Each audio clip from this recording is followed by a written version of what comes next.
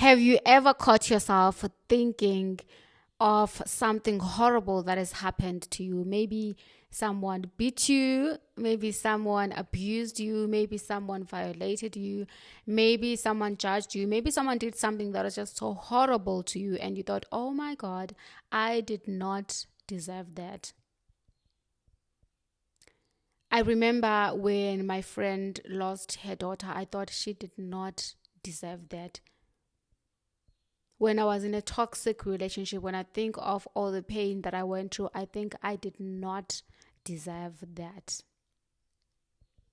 When I think of the time I lost my father, I think in my family we did not deserve that.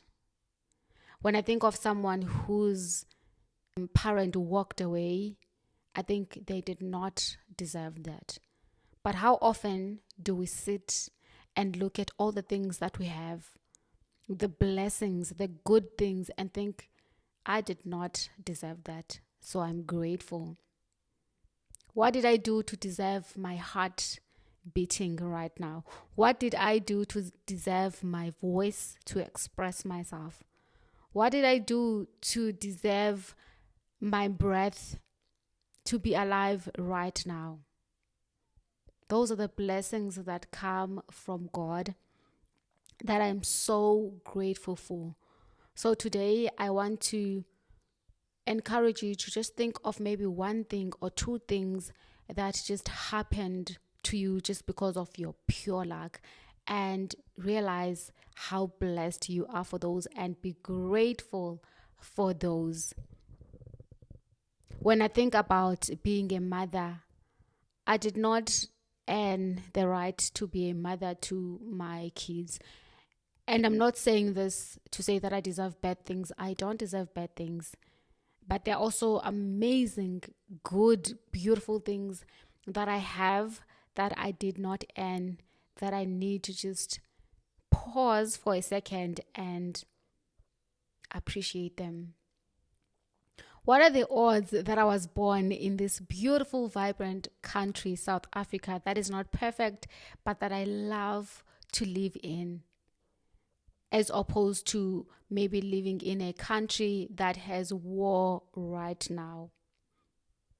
What are the odds that I was born in my family where there was so much love and care and support, as opposed to maybe living in a family where there was abuse and just horrible things happening? What are the odds that I was loved by my mother, even though there are kids out there whom their parents have decided to abandon them? Those are gifts that I did not deserve. Those are gifts that were just given to me, and I'm so, so grateful for those. Even the time where you were born in is also just by pure, like, you didn't decide that I'm going to be born in the 80s or in the 90s or in the 2000s. And I was saying how I feel like the kids that grew up in the early 90s are so lucky because they get to experience all the evolution that is happening with technology, from big TVs, like from black and white TVs to the flat screens right now, from no electricity to AI right now, and they still have a lot of time to go on and see what the future has. And just because you were born in the 90s doesn't mean that you are luckier than the kids that were born in 2000s. Also, the 2000s kids, the kids that were born in 2000s are also amazing. When I look at them, they are bold, they are daring, they're fearless, they express themselves, So there is luck that plays a part in our lives that I feel like we need to be grateful for. I was listening to a book about wealth. I just forgot the name, but this guy was saying how the era that we're born in also has an impact on how wealthy you become, or your mindset about wealth, right? Because if you were born in a time where there was recession, you might not want to risk things anymore. If you grew up in an era that had a lot of scarcity, you might not have the mentality to want to invest in anything right now. Or if you were in an era where people invested in houses and then the economy just collapsed, you would have a different mindset compared to someone who was born in an era where things were flourishing. Right. And also, when I think about my mother, for example, my mother was born in an era where she was taught to put everyone before her husband, her family, everyone and anything before her. Right. My mom doesn't understand me going for a solo trip to enjoy myself, to have time away from my family and enjoy myself for who I am. She thinks that is selfish. She doesn't understand why would I go and enjoy myself in Cape Town and leave my kids here just watching TV. So the era that you were born in, the way you were raised, has an impact in the way you love yourself, in the way you treat yourself, in the way you behave, in your mentality. Because our mentality is not just something that is based on how we think. It's also based on the community consciousness, the way we are taught as community, the way we are raised. And I can see the contrast between the 90s babies, the 80s babies, and the 2000s. Like, we all think differently.